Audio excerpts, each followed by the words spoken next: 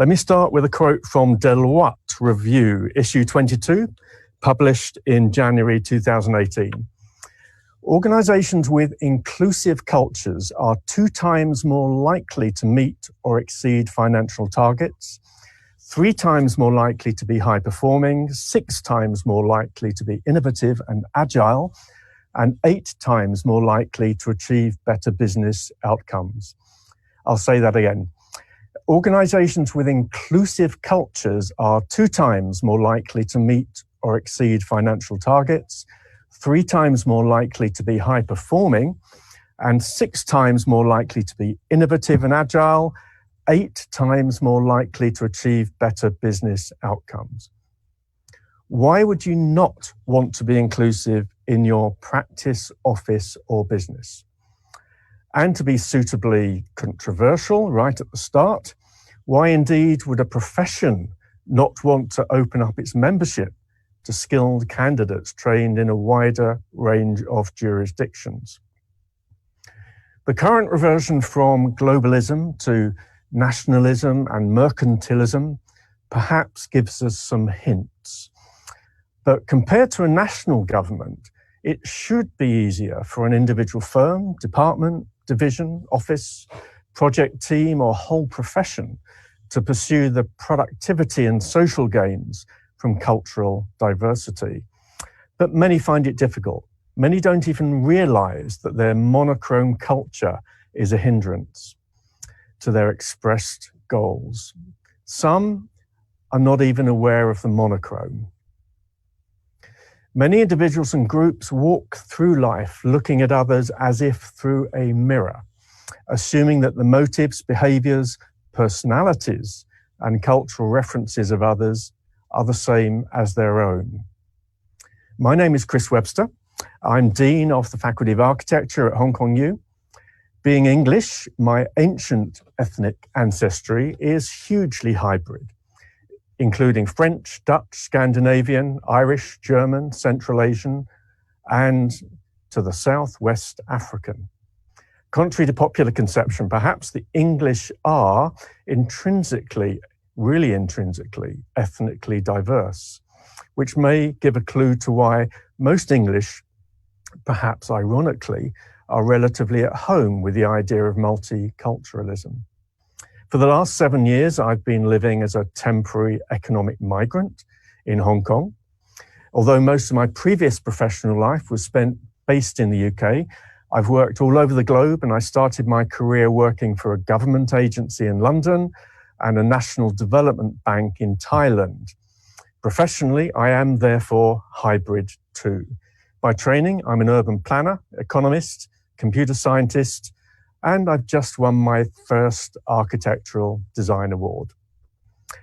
In this leadership forum, I'll be talking to 4 of our esteemed and much loved alumni about the importance of cultural intelligence in their experiences of working across divides in multicultural Hong Kong, monocultural Bangladesh, and more widely in this very diverse region of the world where they and our other graduates at large practice their arts, do business, and shape cities for generations to come. We'll tackle another challenging cultural issue too. Cultural intelligence does not just apply to ethnic, language, religious, political, geographical, and social divides. It applies to professional cultures too. The built environment is famously paved with professional turf to mix landscape and urban design metaphors. Professions exist for complex reasons, including specialist training and quality control. They also ossify over time. I was once in a meeting with the celebrity civil engineering brother of architect Sir Richard Rogers. He told me that his 3 right-hand men helping deliver success to his London office were a history graduate, a geography graduate, and an English language major. Of course, he needed world-leading bridge engineers too. But more important for business success, he told me, is diversity in perspectives, soft skills, worldviews, cultural background, and gender. 2 of his right-hand men were women. A few years ago, I was meeting up on a Christmas Eve with a good friend of mine, a professor at UCL London. She came into the restaurant in a state of agitation. "Andrew wants to read English literature at Cambridge," she exclaimed, Andrew being her son. "Congratulations," I said, with genuine excitement and praise. "But we're Chinese," her husband added, almost in tears.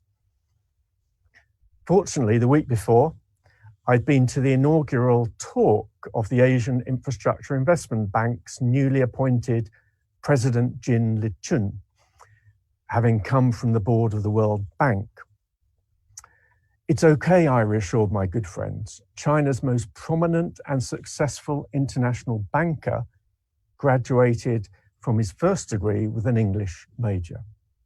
A friend of mine is a prominent UK Anglican vicar, close to the Archbishop of Canterbury, who during the ISIS crisis in Syria and Iraq a few years ago, led an NGO that gave itself to providing for the displaced, regardless of creed or ethnicity, and rescuing trafficked women. Instead of surrounding himself with like-minded Anglicans as his right-hand woman, his closest advisor, he counterculturally chose a Muslim female doctor.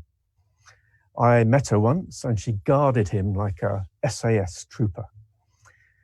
President Abraham Lincoln famously appointed to his 1861-65 cabinet 3 rivals who had stood against him in the 1860 presidential election. It was a brilliant and brave move that some say helped achieve the abolition of slavery in the USA. Team building in our built environment businesses will nearly always tend towards homogeneity. It takes great courage and vision to build a multicultural team in all senses of that word. We tend to feel more comfortable when we define ourselves, our perspectives, our analyses, our plans and our actions by reference to similar people sharing similar training and values. It's safer and less challenging than exposing ourselves to a multiverse of triangulated truths. Much more productive and exciting is to view our strengths and our contribution through the way others see us. It's the reverse of the mirror effect. Other people's views of our own, our teams, or our profession's contribution to the common purpose can often be more accurate than our own, like the forger in the classic film, The Great Escape. After a long time in our own small room, we end up only seeing the close-up detail and become blind to the bigger vista and are unable to navigate into new territory without the help of others with different skill sets. The greater sharpness of working in an interdisciplinary team that together creates multidisciplinary analysis and solutions brings clarity, and the clarity and cultural mix yields greater gains. Sometimes it can take us to places that we could not have imagined. Let me introduce our 4 panelists. Yuky Tam is an associate at Harrison Street Real Estate Capital, and Yuky is a graduate of our BSc surveying program, currently working in London, having recently graduated from her MBA at Oxford. Miss Rosalia Leung couldn't get away from us, I'm afraid, and is a lecturer with us, I'm glad to say, in the Department of Architecture, and a graduate of our BA Architectural Studies degree. Ceas Chong is project leader at L+CC, a small and innovative land plus civilization compositions landscape architecture company, and a graduate of our Master of Landscape Architecture program. Dr. Mohammed Zaber Sadiq Chowdhury is Vice President of the Bangladesh Institute of Planners and graduated with a PhD from our Department of Urban Planning and Design. Welcome all, and a big welcome also to you who have joined us online via Zoom. Let me ask now each of our panelists to make their own response to what I've just said, to their own thoughts on cultural intelligence. Please interpret these words and these ideas however you wish. Everybody's got up to about 5 minutes each, and then following that, we'll have some Q&A from the audience. Questions have already been posted in, and we'll see how we go for the next, for the rest of the hour. So let me first perhaps turn to Yuky in London. Over to you, Yuky. Cultural intelligence, what do you make of it?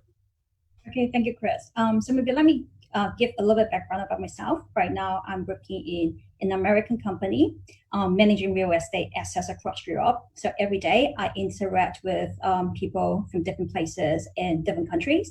Like my American colleagues based in Chicago, my local office colleagues who are from different parts of Europe, and also like the working partners who are based in Spain, Ireland, Germany, and UK. So every day I'm just experiencing about cultural intelligence. So maybe I can give you more insight and challenge that I'm facing for that one. So talking about cultural intelligence, I think the good things about it, it really allows you to discover more about the uniqueness of the culture or different disciplines, because it avoids you to kind of jump into the black spot. So it allows you to see more about the uniqueness, about the selling point and stuff like that. And second, it really gives you more creativity because people coming from different walks of life, different cultural background. So you have a bit more sparkles to go through. And that's why things come to be more comprehensive, more creative. And then I think a lot of researchers, they also kind of concluding saying that if a proposal that is designed by a team which has some multi-diversified team, the approval rate of a project usually is higher because throughout the process, people are kind of like talking a lot, making it very comprehensive. So that's why the ideas are usually very bulletproof. So I think these are the good things about cultural intelligence. But at the same time, there will be some downside, and which is a challenge that I have been experienced daily. Because everyone thinks differently, they have different assumptions, different expectations. So when you have to do something, you have lots of confrontation, you have lots of negotiation, lots of persuasion as well. So one time I was talking to our Spanish partner. So in Spain, the culture is more, I would say, less formality. So when we try to bring in structure into the way that we do things, they are quite reluctant, and they just say, oh, this is a waste of time for doing so and stuff like that. So we have a lot of negotiation, a lot of persuasion, a long time for meeting just to getting things done. So it really lengthens the decision making for doing so. It delays the project, and this is a bad thing for development project. So this is the good and bad. And then coming to talk about cultural divergence and also about built environment, I have a very strong feeling about this because I think culture is a non-written definition about how people behave, and then built environment is shaping about how people behave at the same time. So how they actually interact with each other. So maybe it would be easier that I give you an example that I experienced when I was in Qatar in Middle East. So one time I was in Qatar, and if you have been there before, you probably you kind of experience or observe about the Muslim culture, how it has been deeply rooted into the architectural design over there. So you probably see a lot of symmetry design, a lot of the floral design. But later I find out those floral design are not really flowers. They actually the old language from Quran, the Muslim Bible. And this is something related to culture. And also I remember one thing I struggled a lot when I was in there. I was finding my entrance because they see differently for gender. So I need to find my female entrance to get into the building. So I hope this is an example that gives you more idea about how cultural intelligence interacting with your environment. Okay, thank you, Yuky. Very interesting. On the one hand, culturally diverse teams, in your experience, in an American company in London, produced bigger success rate with projects. On the other hand, some cultural input or diversity. You referred to the Spanish, nothing against Spanish, delayed some of your projects or your discussions. The flip side of that is the Southern Europeans produce this wonderful kind of more fluid thinking when compared to the North Europeans. So how does that work? On the one hand, delay, on the other hand, better success. It really comes with a lot of discussion for the team. So you try to be open-minded, talking about what you want to achieve in terms of goals. You have lots of explanation. You try to explain to them what angles are you coming from, what are you seeing, why is it important. So this is also why we try to bring in a little bit more structure. So try to avoid problems that actually come afterwards. So you try to create. You try to control everything up front. Try to manage the expectation of each other. So I think that's quite important that you try to be open to talk about what you think, what you think is important. So make sure they can understand you. Yeah, fantastic. So that really gets to the crux of cultural intelligence. If emotional intelligence is having an ability to discern the nuances of personal interaction in a subtle way that plans, that expect certain behaviors from others in advance, that has an emotional radar operative at all times, scanning in all directions in the room, knowing the personalities. If that's emotional intelligence, cultural intelligence is doing the same, but through multicultural filters, in some ways doubly different. One more question before moving on.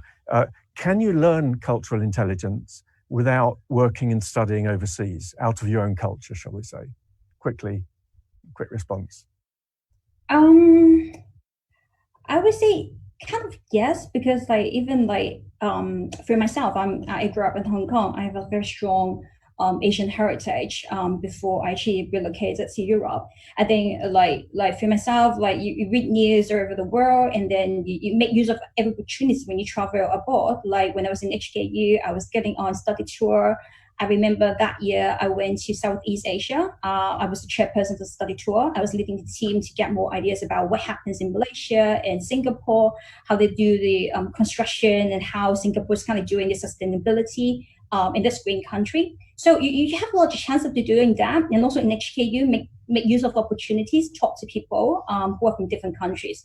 Don't just cluster with people who are kind of similar to you. Try to have some kind of have feeling, spend some time with people who are thinking differently, and then you will find a lot of surprises.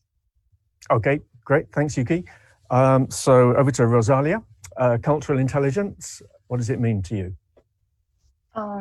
So thank you, Chris, for letting me speak. So for me, the idea of cultural intelligence is actually the ability to work and communicate efficiently with people of different cultural and educational background. Whether they are professional, like built environment professional, or non-built environment professional, so that together we can understand each other and to strive for a better built environment. So why I say this is because I see in Hong Kong and also in worldwide, there is more and more public projects which required public engagement. And so built environment profession doesn't mean they only work with built environment anymore, but actually they need to learn how to talk with non-professionals. And as an educator and also as a lecturer in Hong Kong U, I try to promote the idea of participatory design in architecture. And so to try to building up skills for students to have the ability to have a higher cultural intelligence, to listen to other people who have no built environment background at all, but to be able to understand and interpret their language and to translate it into a built environment language. So just for give an example, so in the course, the students need to engage with different types of public based on a real social project in Hong Kong where they are required to redesign a public space. So how can you talk with different stakeholders with the NGOs who are mainly engaged with social workers? How can you talk with social workers who have a social science language? How can you talk with public who are, for example, an elderly? How can you talk a design with elderly? And how can you engage children to be interested in the public space design? So these are the skills I think right now, not the schools, the university, and also the built environment, not only focus on the design languages, but also how to reinterpret, translate our design language to a wider public. Yeah, so. Thank you very much, Rosalia. So we have cultural intelligence in communicating with multidisciplinary groups and between professional groups and non-professional groups. Yes. One of the courses you teach with us is, I think one of the new courses you've developed is it's a research on participatory design in architecture. Participatory design seems to kind of absolutely crucially rest on the idea of all we've been talking about, doesn't it? Yes. Have you discovered any particular keys that are very good at crossing these divides? For example, graphics. A lot of architectural education uses models and graphics to explore and to communicate. Are graphics more effective at crossing cultural boundaries than words? Yes, absolutely. And actually not only graphics, but physical models especially. So this is, I think physical model is not only a tool for the building professionals, but actually a communication tools to the public. So they can actually imagine what can be happened in real time, and they can imagine themselves inside that model.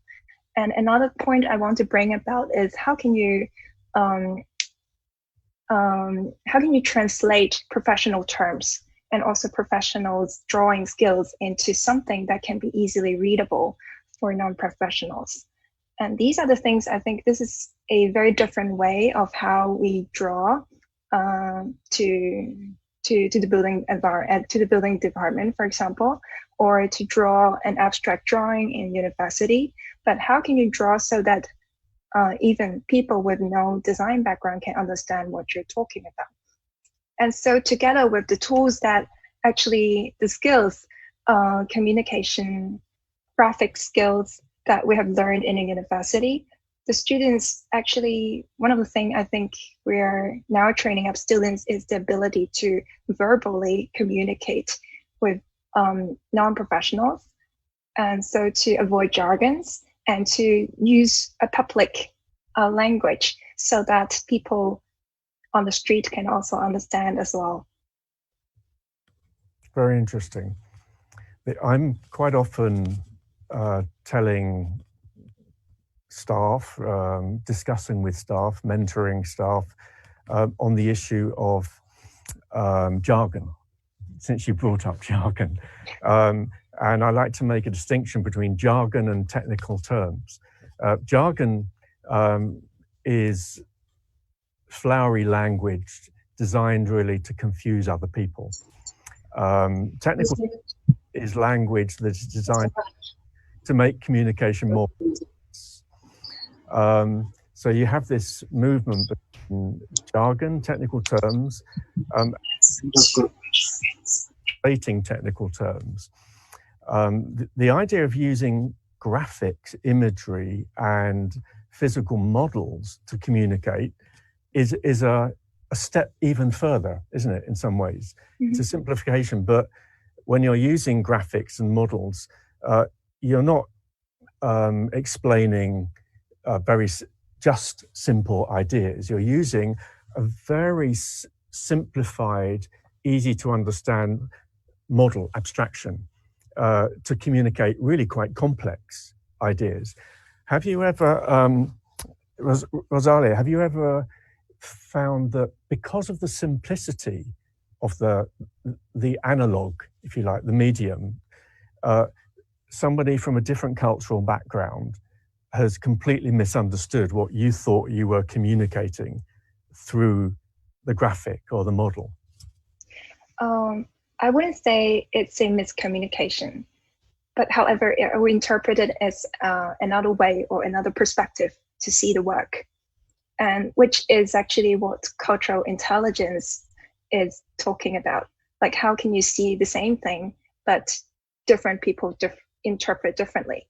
And so instead of thinking the designer or the professionals have the correct answer, I would say, like, the ability to the cultural intelligence with non-professionals is actually opening a dialogue of how can we interpreting our work in another perspective, probably to a completely different fields as well.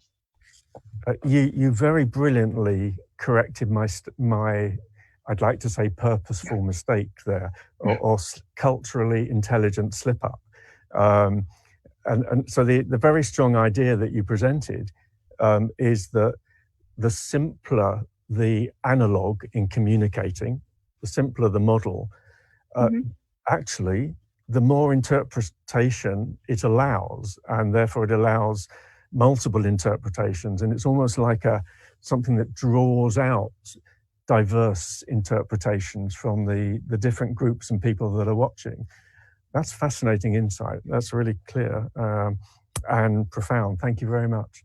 Okay, let's move on to Ceas, landscape architect. You're based in Hong Kong? Yeah, I'm in Hong Kong. Cultural intelligence, what does it mean to you? Yeah, thank you for having me here today. And I'm Ceas, and I graduated last year from Master of Landscape Architecture. And now I'm working in a relatively small office called L+CC. We do most competitions, like park competitions or urban design competitions in Asia, in this region. But we also recently had a job actually commissioned by the government. Is a social research in rural Hong Kong, which is a hiking trail on Lantau Island. So I think picking up what Rosalia just shared, I have really similar experience with using models as a communication tool as well, because I tend to, just during our educations, we use models and drawings as a way to present our ideas, because we're designers and we are providing design solutions. But I also think about designing the model itself as a tool, just is half opened. So when the public reacts to it, they will add on. And sometimes it's simpler, the model is more useful, because when it is half opened, whenever people add onto it, you will get new perspective, and it is designed deliberately. And another one I want to pick up from what Yuky just shared is because as a small office, we work with a lot of different partners, and some of them are from design and build disciplines, but some of them are from entirely different, they have different mindsets. So I think cultural intelligence to me is a mindset that recognize there's intrinsically blind spots for each individual or discipline, and being able to translate or to review what is lost in the translation, because oftentimes you will not understand why they are having such an attitude towards something you propose, or it will just maybe slow down, delay the project, and it's not efficient. And you'll get so frustrated because you'll feel like that's obvious. But it's also always coming back to ask, to align the expectations, to know what's the difficulty of that person or that institution. There are certain deadlines or agenda they have to achieve. That's why they're so reluctant into maybe making changes, and that's an important lesson working as a small office as well. And when I was listening to the sharing, I really feel that build or construction disciplines is really have a really strong attitude towards professionalism, because build project matters a lot. If we design a park, if we design a building, and it will affect a lot of users. That's why we sort of hold on to that professionalism as a way of quality or standard. But I would advise being a designer, just generally designer, actually professionalism is an asset. Like you can use it as a way to express what you want to say, but it's not your only asset in your arsenal. You will always have to listen to a lot of different people's opinions and also recognize this is just an asset. It's not yourself. You are not professionalism itself. So being able to recognize the gap, knowledge gap, and also what's lost in the translation would be the crucial mindset in terms of cultural intelligence. Thank you, Ceas. That's also a very profound set of comments. One of the things I picked up from that is the cultural intelligence exercised by people with professional skills involves knowing when to use those professional skills and when not to. That's actually a more general aspect of emotional intelligence. When to use anger, when not to use anger. If you're a parent, I'm a parent. When to use praise, when to use carrot, when to use stick. All these very nuanced decisions that you have to exercise in real time, often in a meeting, in a professional meeting. When to put your foot down and in respect of a particular part of the design or a particular clause in the brief. When to open it up, when to be willing to just wipe the tabletop clean and have a completely fresh, out-of-the-box discussion. You have to be sitting somewhere above you to do that, don't you? You have to have a position, just as with emotional intelligence, you have to have a position that's it's above your brain, it's above your heart. It's somehow it kind of watches and monitors both left and right brain. If you're in that meeting with government, we're going to hear from a government official in a minute, and that's going to be an interesting perspective. You're in a meeting as a small design firm with a government culture, bureaucratic culture, rural village culture with very little formal training or design training.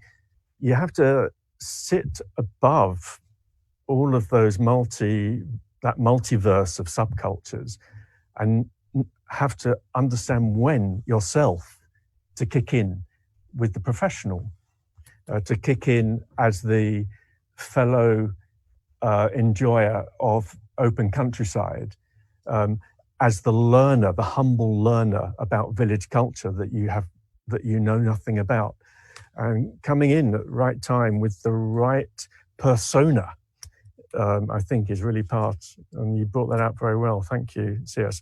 Okay, on to Sadiq. Sadiq, who is Vice President of the Bangladeshi Institute of Planners, and also, I'll explain this for you, Sadiq, so you don't have to yourself, is an urban planner working in Bangladeshi police force. That's partly because the Bangladeshi police force has a lot of land and it has its own development industry and professionals, etc. Sadiq, so over to you. Cultural intelligence, what does it mean to you? Oh, thank you, Chris. I can explain cultural intelligence from my perspective. As being the Vice President of Bangladesh Institute of Planners, Bangladesh Institute of Planners is the watchdog for the overall urban planning in Bangladesh. So what we work for ensuring the participatory planning in all the municipalities or all in fact in all over the country.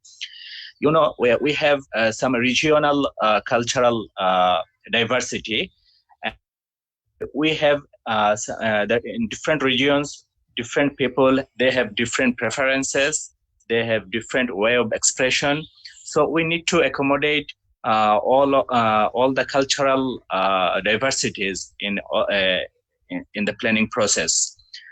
And if we consider the government sector, in the government sector, to ensure the cultural diversity and to ensure the inclusiveness of culture in the government service, we have some quota system. In fact, during the government, when government recruit officers in the government service, we have some cultural quota for the ethnic minorities. We have some regional quota to ensure all sort of all the regional diversities in the government service.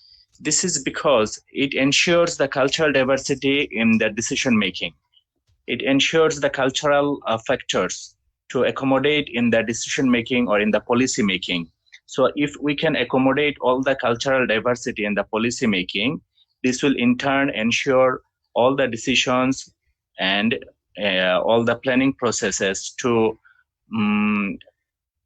accommodate the cultural diversity in all the process. And another factor is that we have it's a Muslim majority country, and at the same time our political culture is much more different than any other from Europe or from any developed countries. As we are a developing economy, the political culture is also different from the developed economy. So whenever any sort of government policy is taken, or to attract the foreign direct investment or any sort of investment from abroad, we have to take into consideration all the political diversities as well as all the regional religious diversities as well. So being a professional in the government sector, we always have to we always try to develop our ability to adapt the cultural diversities from the diversity of different regions of the country. So what I can say, this the way cultural diversity, in fact, it's a two-way communication. In fact, we try to accommodate all the cultural diversities in our policy making, and at the same time, from the other side, we also need the understanding and cooperation from them to accommodate their different preferences and ways of expression into the policy making. That's why we always try to make all the decision making in a participatory way. So that's all from me. Thank you. Thank you, Sadiq. Very interesting. That suggests a very deep question for me. I don't know whether you can answer this or not, but so you're talking about interregional diversity, Yes. and there are, even though Bangladesh it's Muslim majority, it's very homogeneous in terms of its culture on the surface. You have many regions with very big differences when you get down to a fine grain.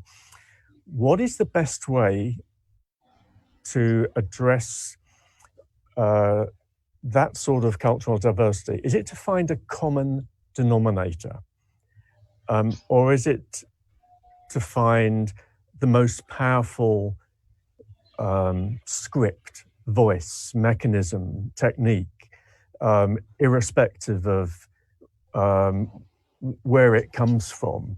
So let me give you an example. In countries with very multi-regional divides, typically one language emerges as a common lingua franca, Mandarin in Chinese, for example,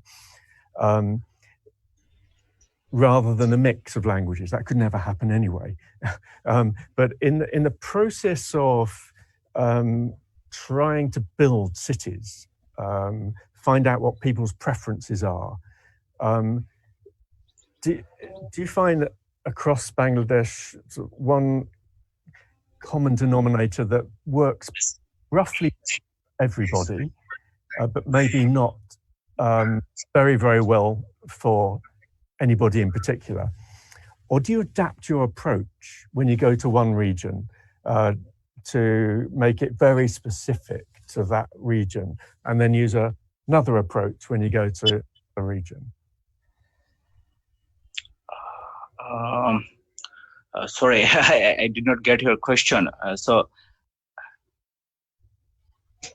Okay, to put it in the simplest possible terms, when you are engaging with public participation and engagement in the different regions of the country, do you tend to use one tried and tested approach to public engagement? Or do you try and develop a culturally specific approach for any one particular region? Yes. Whenever we go for any sort of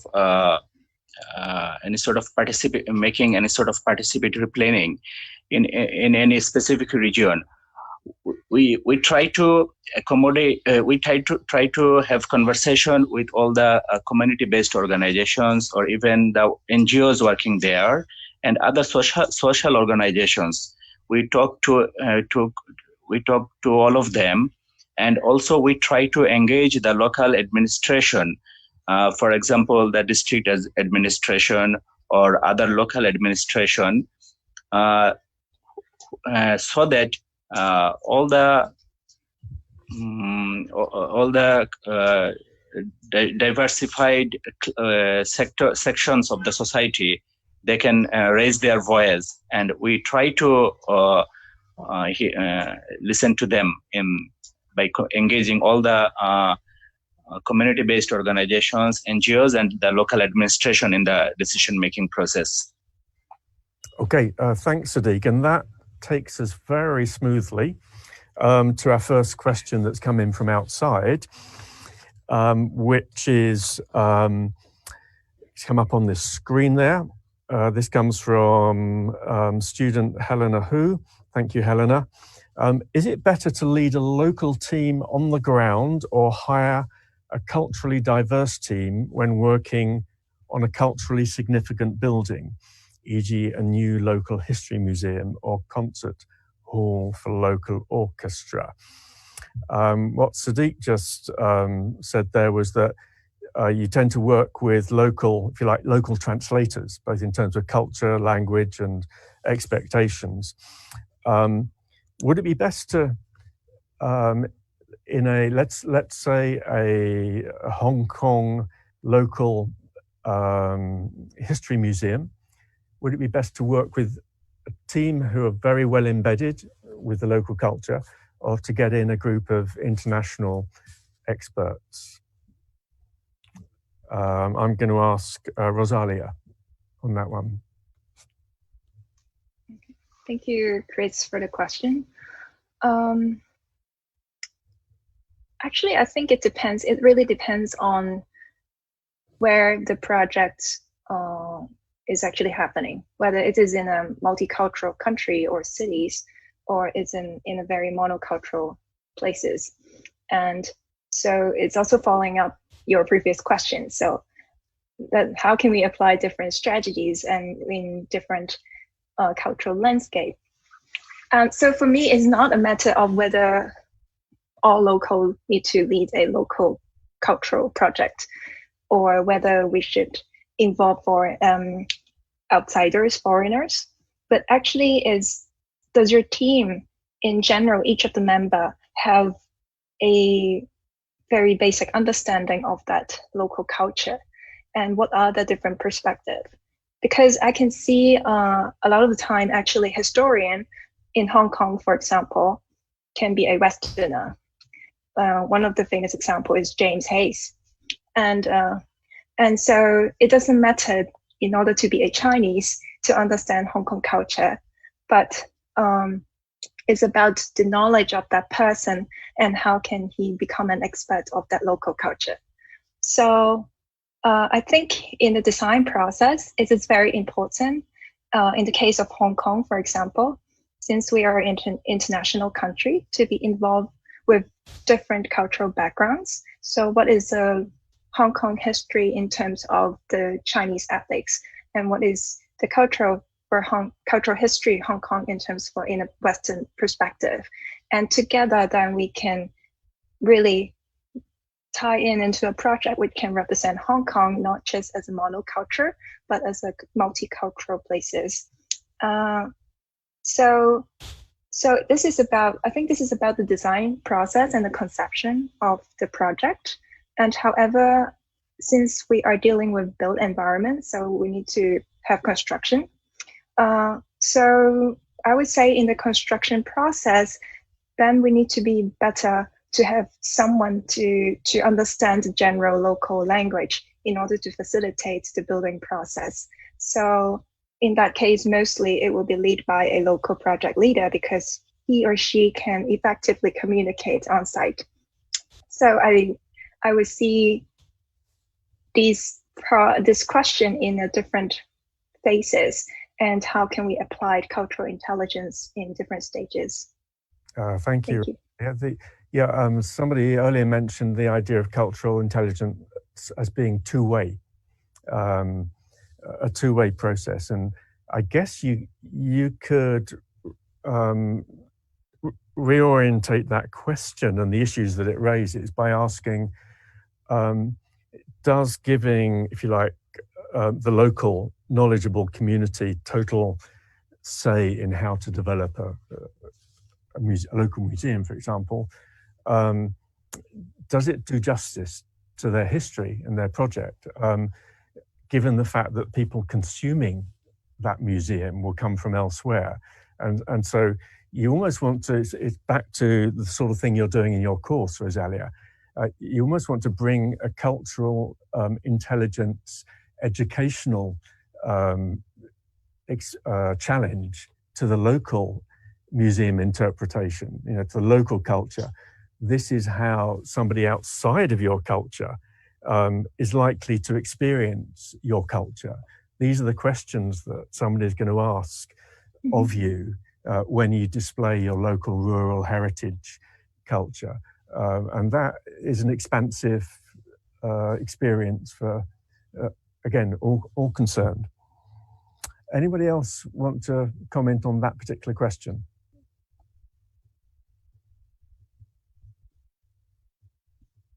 I think I want to follow up your point because, as you said, it's about a communication. So even though it's about a local history museum, so how can, as a local, you explain to non-local about your own history, or how different cultures see one's country history is very crucial. So that's why,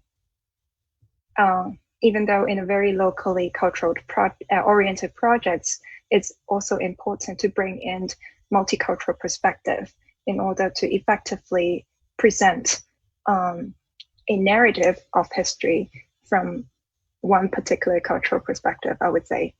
And this also comes up with the dialogue of participatory design and how can effectively communicate with other cultural. Thank you. Thank you, Rosalia. I think the other thing that this question brings up is that all that we've said about cultural intelligence generally applies to issues of managing culture with a specific C, if you like, built environment culture, social culture, cultural culture. It applies to those, but it also applies to everything else we do. And there might be an interesting sort of way in which we have to be particularly culturally intelligent when dealing with specific issues of culture, which by definition are not just immediate contemporaneous cultural issues like the personalities in a team round a table, but they track back over time, over generations, over millennia even. Okay, let's move on to the next question, which is, upon relocating myself in other cities, in what ways can we make sure we are sensitive enough to the new environment, especially politically? Okay, that's tricky. One immediate answer that comes to mind as our panelists are thinking about that, maybe can I ask Yuky to come in on this in a minute, because you're in London, where there's some very weird politics going on at the moment. You've just come from Hong Kong, where there's lots of politics going on. So one thought that comes to my mind in looking at this question is that, yes, when we move and relocate, of course, we have to be sensitive to what's going on. And if we don't first do the research and intuit and relate to people, then we're likely not to live in that city for very much longer. We certainly won't engage in very successful business. On the other hand,